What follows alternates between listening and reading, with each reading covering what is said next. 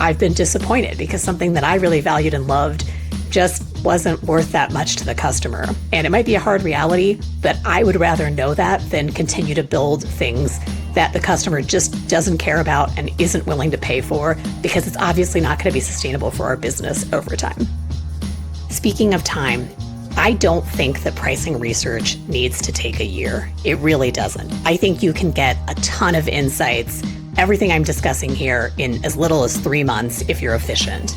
And I think the payoffs would be immediate for your business.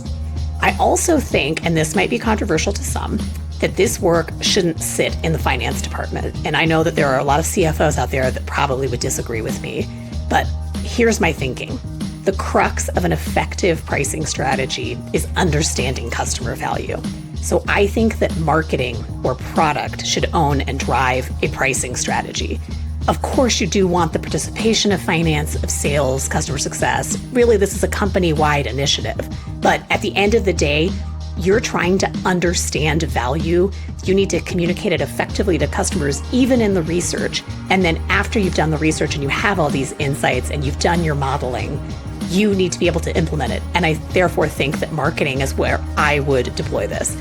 If the product team is really more of a business-oriented team in your company, then it might be the product team. But it's a really good opportunity for very close collaboration across teams. And what I don't think you should do is just come back to the price point, because if you do that, I guarantee you, you're leaving value for your company on the table.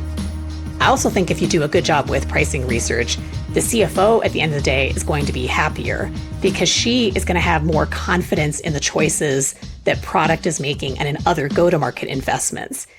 Another fun benefit for the CFO is that pricing research helps you reduce discounting. So you don't need as many of those ad hoc, Hail Mary, we just have to get this deal done conversations. You can have an honest assessment of what customers care about and what is, in fact, a fair price. That's also why I don't think that the pricing department should run this program if you have a pricing department. I know in some organizations that function has been pulled out of marketing, but I still think that this is a very intersectional and interdisciplinary initiative. And to get the broadest yield from the work, I think you want it to reside in a function that is more broad-based, because I think they're going to see the implications and the potential of what is possible.